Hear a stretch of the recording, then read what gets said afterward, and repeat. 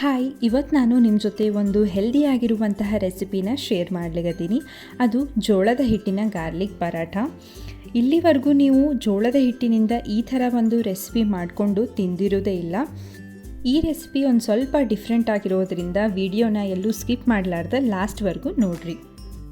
Hi, ಎಲ್ಲರಿಗೂ ನಮಸ್ಕಾರ. Welcome back to my channel cook with Anushree.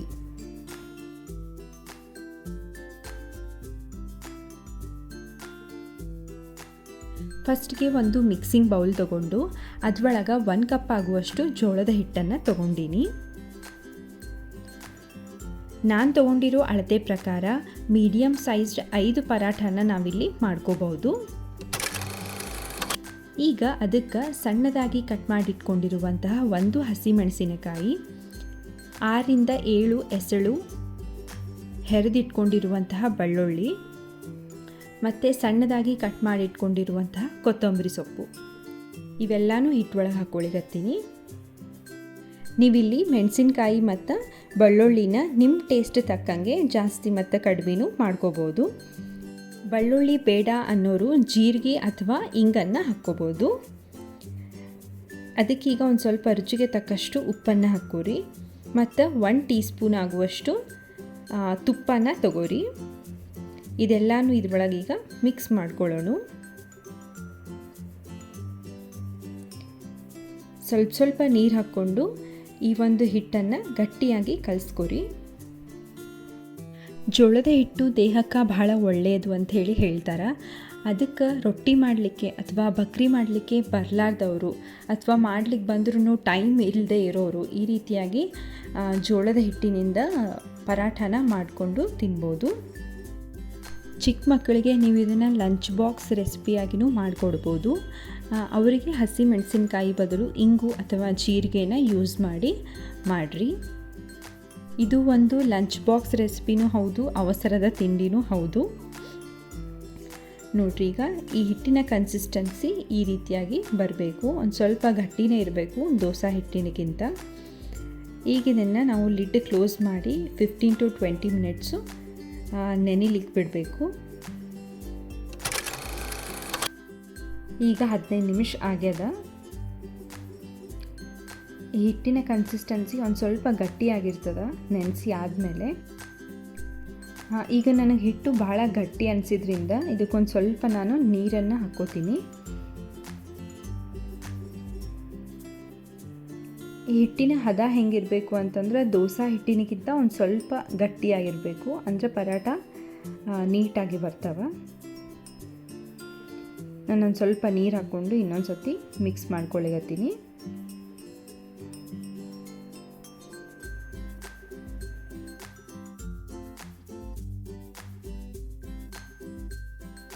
ನಾನು ಆವಾಗಲೇ ಹಂಚನ್ನು ಬಿಸಿ ಮಾಡಲಿಕ್ಕೆ ಇಟ್ಕೊಂಡಿದ್ದೆ. ಹಂಚು ಬಹಳ ಬಿಸಿ ಆಗಬಾರ್ದು, ಮೀಡಿಯಮ್ ಬಿಸಿ ಆಗಿದ್ಮೇಲೆ ಹಿಟ್ಟನ್ನು ಈ ರೀತಿಯಾಗಿ ಇದ್ರ ಮೇಲೆ ಹಾಕಬೇಕು. ಹಿಟ್ಟನ್ನು ಭಾಳ ತೆಳ್ಳಗೆ ಹಾಕ್ಕೋಬೇಡ್ರಿ, ಒಂದು ಸ್ವಲ್ಪ ದಪ್ಪ ಆಗಿನೇ ಇರಲಿ. ಇದು ಬರೀ ಜೋಳದ ಹಿಟ್ಟಿದ್ದು ಆಗಿರೋದ್ರಿಂದ ಇದು ಆಗಲಿಕ್ಕೆ ಒಂದು ಸ್ವಲ್ಪ ಟೈಮ್ ತೊಗೋತದ. ಅದಕ್ಕೆ ಇದನ್ನು ಸರಿಯಾಗಿ ಬೇಯಿಸ್ಕೊಳ್ಳಿಕ್ಕೆ ಒಂದು ಲಿಡ್ಡನ್ನು ಕ್ಲೋಸ್ ಮಾಡಿ ಒಂದು 30 to 40 ಸೆಕೆಂಡ್ಸು ಲಿಡ್ಡನ್ನು ಕ್ಲೋಸ್ ಮಾಡಿನೇ ಇಟ್ಕೋರಿ. ಆಮೇಲೆ ಲಿಡ್ ಓಪನ್ ಮಾಡಿ ನೋಡಿದ ಮೇಲೆ ಒಂದು ಸ್ವಲ್ಪ ಬಬಲ್ಸ್ ಬಂದಿರ್ತದ ಮೇಲೆ. ಆ ರೀತಿ ಬಂದದ ಅಂತಂದರೆ ನಿಮ್ಮದು ಪರಾಠ ಅರ್ಧ ಬೇಯ್ದದ ಅಂಥೇಳಿ ಅರ್ಥ. ಈಗ ಅದನ್ನು ನಿಧಾನಕ್ಕೆ ತಿರುವಿ ಹಾಕ್ಕೋರಿ. ಈ ಪರಾಠ ಹೆಲ್ದಿಯಾಗಿರಬೇಕು ಅಂಥೇಳಿ ನಾನಿಲ್ಲಿ ಪರಾಠನ ಬೇಯಿಸ್ಕೋಬೇಕಾದ್ರೆ ತುಪ್ಪ ಅಥವಾ ಎಣ್ಣೆನ ಯೂಸ್ ಮಾಡಿಲ್ಲ. ನೀವು ಇಲ್ಲಿ ಬೇಯಿಸ್ಕೋಬೇಕಾದ್ರೆ ಎಣ್ಣೆ ಅಥವಾ ತುಪ್ಪನ ಯೂಸ್ ಮಾಡಲಾರ್ದೆ ಟ್ರೈ ಮಾಡಿರಿ. ಫಸ್ಟ್ ಪರಾಠ ಬರಲಿಲ್ಲ ಅಂದ್ರೂ ಸೆಕೆಂಡ್ ಪರಾಠ ಈಸಿಯಾಗಿ ಬಂದೇ ಬರ್ತದೆ. ನೋಡ್ರಿ, ಈಗ ಪರಾಠ ಸರಿಯಾಗಿ ಬೇಯ್ದದ. ಇದನ್ನು ಒಂದು 2-3 ಸರ್ತಿ ಈ ರೀತಿಯಾಗಿ ಉಲ್ಟಾ ಮಾಡಿಕೊಂಡು ಬೇಯಿಸ್ಕೋಬೇಕಾಗ್ತದೆ. ಆ್ಯಕ್ಚುಲಿ ಇಲ್ಲ, ನನಗೆ ಜೋಳದ ಹಿಟ್ಟಿನಿಂದ ರೊಟ್ಟಿ ಅಥವಾ ಬಕ್ರಿ ಏನಂತಾರಲ್ಲ ಅದು ಅಷ್ಟು ಪರ್ಫೆಕ್ಟಾಗಿ ಮಾಡ್ಲಿಕ್ಕೆ ಬರೋದಿಲ್ಲ. ಒಂದು ರೇಂಜಿಗೆ ಮಾಡ್ತೀನಿ. ಸೊ ಆವಾಗ ಜೋಳದ ಹಿಟ್ಟಿನಿಂದ ಮತ್ತೆ ಇನ್ನೇನಾದರೂ ಮಾಡಬೇಕಲ್ಲ ಅಂಥೇಳಿ ಯೋಚನೆ ಮಾಡ್ಲಿಕ್ಕತ್ತಾಗ ಈ ಒಂದು ಐಡಿಯಾ ಬಂತು. ಈ ಜೋಳದ ಹಿಟ್ಟು ಒಳಗೆ ಬೆಳ್ಳುಳ್ಳಿ ಹಾಕೋದು ಈ ರೀತಿ ಮಾಡಿದ ಮೇಲೆ ಇದು ದೋಸೆ ಟೈಪ್ ಆಗಿಬಿಡ್ತು. ಇದು ಮಾಡಬೇಕಾದ್ರೆ ದೋಸೆ ಟೈಪೇ ಅನ್ನಿಸ್ತದೆ. ಬ್ಯಾಟರ್ ಪ್ರಿಪೇರ್ ಮಾಡೋದು, ದೋಸೆ ತವಾ ಮೇಲೆ ಹಾಕೋದು ಆ ಥರ ಎಲ್ಲ.